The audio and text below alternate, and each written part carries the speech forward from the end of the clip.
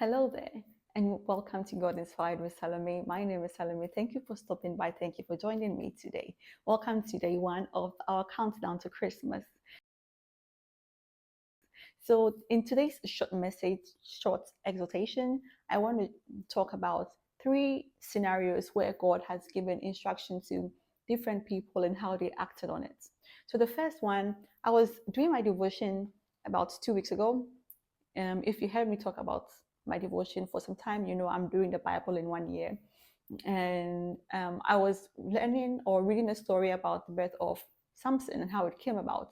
So Samson's mother was barren, all right, and then an angel appeared to her and told her that you are going to have a child and he's going to be a Nazarene and she doesn't have to cut his hair and all of that instruction.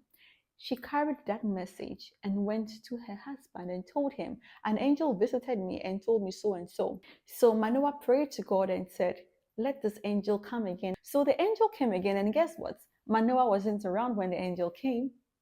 The angel went again to his wife, but the wife didn't just carry the message to him. She quickly ran to her husband and called him that this angel is here again. When Manoah met the angel, he was like, are you the one who spoke to my wife?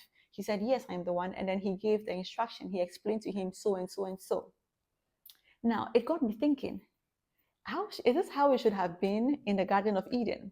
When God gave the instructions to Adam and Eve, all right, that do not touch this tree, do not eat the fruits of this tree, but everything else you can. And then the serpent came to Eve and told her that, did God really say this? Did God mean this when he said that? God had given instruction to both Adam and Eve, all right. This is not about marriage per se. This is about, like, in general, hearing the instructions of God, hearing and listening to God. When the serpent came to Eve, she didn't consult with her husband, who is supposed to be her spiritual head, but she carried this information after eating this fruit, the fruit of this tree with the serpents. Then she took it to Adam, and they ate, and they realized that they had sinned because their eyes were open in a certain way.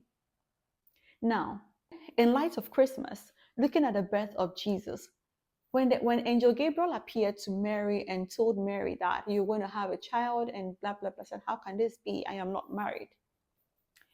The angel then appeared to Joseph, because what Joseph thought was, well, I'm going to marry this lady and she's pregnant. How could it be? So I'm just going to put her away quietly, quiet, because he was a man who feared God. So Joseph planned to do this, and the angel of God, Angel Gabriel, appeared to Joseph as well.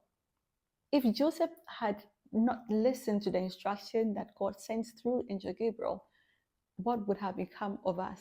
What would have become of our Christianity? Of course, God he always makes a way of escape.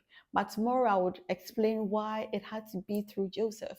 It had to be through the line of Joseph. We will talk about that tomorrow. But in conclusion, do you have a relationship with God such that God can speak to you? He can instruct you. You know, the Bible also says that commit your ways to the Lord and he will direct your path. Your disobedience can cost an entire generation. Look at what happened in the Garden of Eden. Look at where we are now.